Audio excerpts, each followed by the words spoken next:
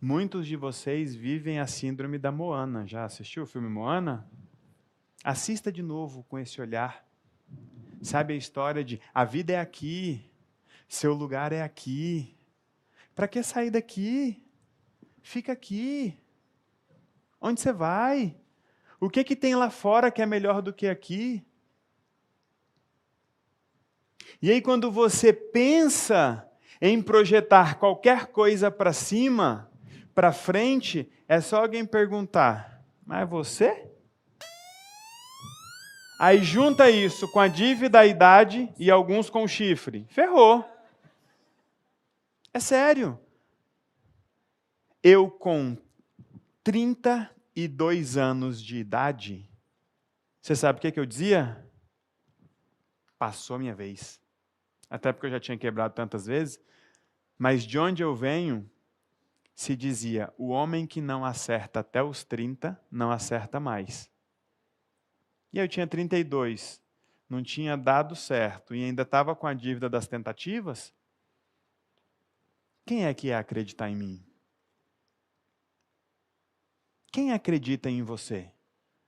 Se você falar assim, eu vou, alguém vai virar e vai falar assim, até que enfim, hein? Eu vou, aí, vai lá. Porque vão te lembrar da sua idade, da sua classe social. Vão te lembrar, é fácil te lembrar. Quem tem espelho em casa? Tire, estou brincando. Mas é difícil porque às vezes você tenta sonhar numa realidade que te diz, eu sou o resultado dos seus sonhos. Não adianta você sonhar. Aí vem um maluco, vendedor de sonhos. Cara, eu tenho que vender esses sonhos para você mesmo, pô. Porque os fracassos vocês já compraram. A aceitação você já comprou. Vai ser de uma vez? Não, mas poxa, dá para ser. Eu tinha uma empresa, e aí uma vez eu estava lá embaixo trabalhando, desceu um alagoano, todo desenrolado, dizendo, estou descendo, quem me atende, estou descendo. E ele me mostrou o portfólio dele, ele tinha vindo de Maceió para Brasília. Tem alguém de Maceió aí? Coisa boa. Tinha ido de Maceió para Brasília para tentar a vida, mas ele tinha colocado na cabeça dele, tinha prometido para os pais dele que num tempo X, se ele não se acertasse, ele ia fazer concurso público. Ele conversando comigo, eu pensando, se eu tivesse dinheiro, eu contratava esse cara. E ele pensando, como é que a gente pode compor aqui? Aí eu, que sou bom com as palavras, disse para ele, o que você está pensando de salário? Ele, o que você pensa de salário? Que salário a gente constrói juntos. Ele riu e tal, até hoje ele se lembra disso. Nós tentamos 2 negócios juntos, um se chamava Tô na Feira, o outro se chamava Tempero da Gula, que se tivesse dado certo seria o iFood hoje em dia, esse era o plano. Eu tentei muita coisa, gente, se eu tivesse acertado... E ele passou no Ministério do Planejamento, conversando com ele antes de virar o ano, eu, poxa, vem passar uma semana com a gente, cara, acho que tem algumas coisas que dá para você fazer. Quanto você está ganhando aí? Ele, uns 25. Aí eu falei, não, mas tem uma ruma de gente aqui na empresa que ganha 25 mil que não dá metade do que você dá. O cara é um gênio. E aí ele virou para mim e falou assim, não, parceiro, arriscar é para os jovens. Ele é 3 anos mais velho que eu. Então eu não sei o que te impede de acreditar em você, mas hoje eu quero ser esse porta-voz do desconforto que vai trazer esperança e indignação. Se eu trouxer só a indignação, vai gerar uma rebelião dentro de você, você vai xingando todo mundo, apertando o botãozinho do F e não sei o que mais que tem, e não vai resolver nada. E se eu colocar só esperança em você, você vai ficar um iludido. Então vamos juntar um pouquinho das duas coisas? Tem coisa que você não vai gostar, mas eu preciso revelar isso para você. Talvez seja difícil sonhar onde você está. Era difícil para mim sonhar nessa casa. Mas era muito difícil para mim. Eu trabalhava para quem é de Brasília, eu trabalhava na 503 Sul e eu ia para Taguatinga. Isso dá uns 35 quilômetros e mais ou menos 45, 50 minutos sem engarrafamento. Então era 1 hora para ir e 1 hora para voltar mais ou menos. E tem uma via que é mais rápida. Para quem é de Brasília, chama via estrutural. E ela se chama via estrutural porque ela... Conhece lá? Porque ela passa do lado de uma invasão, que é tipo a favela de Brasília, que se chama estrutural. Eu vinha pelo lugar mais longe, mais engarrafado, porque eu pensava, feia basta minha casa. Sabe aquela coisa de eu não sou daqui, mas não dou conta de sair daqui? Era o que eu sentia nessa casa. Talvez você sinta no seu emprego, talvez você sinta na sua carreira, talvez você sinta no seu casamento. Isso não é para mim, mas é tudo que eu tenho. É louco isso, né? Talvez o meu, isso não é para mim, mas isso é tudo que eu tenho, fosse nessa casa, e talvez o seu, isso não é para mim, mas é tudo que eu tenho, seja uma cobertura. Só que é aquele lugar que você vira e fala, eu não sei sair daqui. Eu não sei sair desse faturamento que eu não quero mais. Eu não sei sair desse relacionamento que eu não quero mais, eu não sei sair dessa profissão que eu não quero mais, eu não sei sair dessa cidade que eu não quero mais, eu não sei sair desse bairro que eu não quero mais, e talvez se você virasse para mim e falasse, Elton, fica tranquilo, vai dar certo para você, eu ia falar, irmão, não sei se vai. Tem tanto tempo que eu tento esse troço que de fato eu não sei se vai. Porque eu cheguei de questionar Deus, eu cheguei de fazer de tudo para entender, de falar, mas por que não eu? Mas ao mesmo tempo eu também estava convicto de não, talvez seja só isso aqui para mim mesmo. Porque eu olhava outras pessoas, falavam inglês, eu não falava. Eu olhava outras pessoas, tinham faculdade, eu não tinha. Eu olhava outras pessoas, já tinham conhecido o mundo lá fora, eu não conhecia. E eu era o cara que tudo que eu tinha era pelas metades. Faculdade, já tinha começado 2. Quantas você terminou? Nenhuma. E o único curso que eu terminei foi um curso técnico de desenvolvimento de sistemas e rede. E quando terminou, eu fui fazer uma faculdade, eu olhei e falei, não quero fazer faculdade. Aí eu ficava sempre no meio da escada, sabe? Tinha hora que eu sabia muito, tinha hora que eu sabia pouco. Tinha hora que eu era alguém, tinha hora que eu não era ninguém. E o meu resultado... E o tempo foi passando e eu não vi o tempo passar.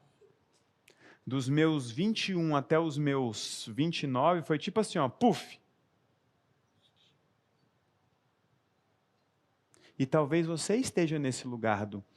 Não era bem esse o plano, mas eu não sei sair daqui. Você está satisfeito com a vida que você está levando? Você sabe qual é a porta de saída dessa vida para outra vida? É difícil isso, né? Você fala, cara, eu acho que se eu continuar assim, a coisa vai melhorando. E pior é aquela pessoa que cresceu, chegou num nível que na cabeça dela é tipo assim, não tem mais para mim. Só que aquilo que ela tem já ficou pouco. O que tem de gente triste com 30, 50 mil reais, você não tem noção. E eu dou maior valor nessa galera. Porque eles têm que ir mais longe. Eles têm que ir mais longe. É aquele cara que montou 2 lojinhas, você fala, e aí, cadê a terceira, cadê a quarta, cadê a quinta? E o cara fala, não, mas é que a coisa não vai. E era difícil acreditar em mim. E muitas vezes mãe não conta, né? Vai lá, meu filho. Às vezes é mais uma torcida de, não tem outra opção. Eu não sabia o que fazer para sair desse lugar. Isso aqui é em Taguatinga, que é NL5, conjunto F, casa 10. É o quê? Na época da foto, estava alugando. Eu não sabia como sair daí, mas eu não queria. A casa que eu desenhava no papel era uma casa sem portão com carros na frente. E essa casa são 3 casas no lote. E muitas vezes o carro que eu usava eu deixava na casa da minha avó, com medo do Detran de Mato Grosso já ter descoberto onde estava o carro, ou onde eu morava, e chegar lá para tomar o carro. É desse lugar que eu venho. Essa é a minha história, só para a gente ter um parâmetro de frustração, os detalhes não importam tanto, porque na sua história vai ser diferente. Ok? Talvez você nem carro tenha, talvez você nunca tenha tido dívida, mas a pergunta é, como sair de onde você não quer mais para um lugar que você desejou um dia? Porque se eu tivesse que desejar uma casa, seria assim, ó. Sem portão, vizinho um pouco mais distante, se ele ligar um funk muito alto, eu ligo na portaria. Era isso que eu queria. porque o vizinho de baixo tinha uma música que era mais ou menos assim, ó. Amassa a latinha com a bunda no chão, amassa a latinha com a bunda no chão. Um dia eu fiquei ouvindo, e aí eu sou muito imagético.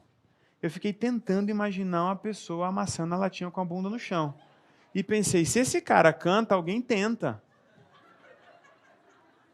E se as minhas filhas continuarem ouvindo isso, o primeiro safado que botar uma latinha perto dela e ligar essa música, ela vai tentar. Foi isso que ela cresceu ouvindo, pô.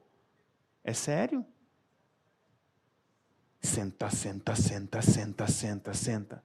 Aí o dia que o malandro chega perto, a menina não sabe o que fazer. Ah, já sei, a música falou para sentar. É isso. Tem muita menina que está perdida aí porque o pai dela ou a mãe dela não foi ousado o suficiente para tirar ela do lugar que ela ficava ouvindo só aquela merda. E quando eu ouvia tocando aquilo, eu ia para o banheiro fazer sabe o quê? Ligava o chuveiro e chorava junto. Eu preciso sair daqui, eu preciso sair daqui, eu preciso sair daqui. Então, eu tive esse antes e depois. E eu vou falar de casa, de carro, de carreira, de dinheiro, de viagem. Mas, gente, por trás do que a gente faz, tem uma coisa mais importante do que tudo isso, que é a família. Essa é a minha. E por muito pouco, ela não deixou de existir. Essa família, esses 3 mais velhos aqui, eles poderiam perfeitamente ser frutos de uma família de pais divorciados. Porque acaba o dinheiro, acaba a confiança, acaba a harmonia, chega uma hora que separa. Esses 2 aqui poderiam perfeitamente não existir. Porque a minha esposa sonhava em ter mais filhos, eu morria de medo. Eu tinha 2 rotas em Brasília, que na minha cabeça nem precisava de Waze. Uma era para fugir da Blitz. Sexta-feira, Blitz. Época que o governo precisava pagar 13º, essa coisa toda, Blitz pra caramba. Então eu sabia desviar das Blitz. E olha que louco, eu sabia desviar das escolas particulares quando a minha esposa estava no carro. Eu não passava em frente o La Salle, não passava em frente o Marista, porque ela falava assim, nossa, eu sonho tanto em colocar nossos filhos aqui. E eu, obviamente, ia dizer como? Um dos dias mais desesperadores da minha vida foi quando ela contou que estava grávida do Eltinho, que é esse garoto lindo aqui. Ela com o papel do Sabin na mão, toda feliz. Ai, amor, a gente vai ter um filho. E eu na minha cabeça, e você está comemorando por quê, mulher? Sabe fazer conta, não? Os homens vão me entender. Nessa hora a mulher, não, a gente dá um jeito. A gente pega uns negócios de não sei quem, a mãe ajuda, a sogra ajuda. E o homem, pelo menos aquele que tem brio, vai pensar, caramba, eu sou um merda. Porque tem uns que vão dizer, não, sua mãe, a gente vai lá para a casa da sua mãe. Mas eu virava e falava, o que eu vou fazer? E ela falava que queria ter mais 2 ainda, para dar 5. Aí eu pensava, ela vai se frustrar tanto com esse que ela está tendo aqui, que ela não vai querer mais 2. Você que está em casa, vai se inscrevendo no canal aí, porque durante esses 3 dias, alguns conteúdos especiais só vão aparecer para quem estiver inscrito no canal.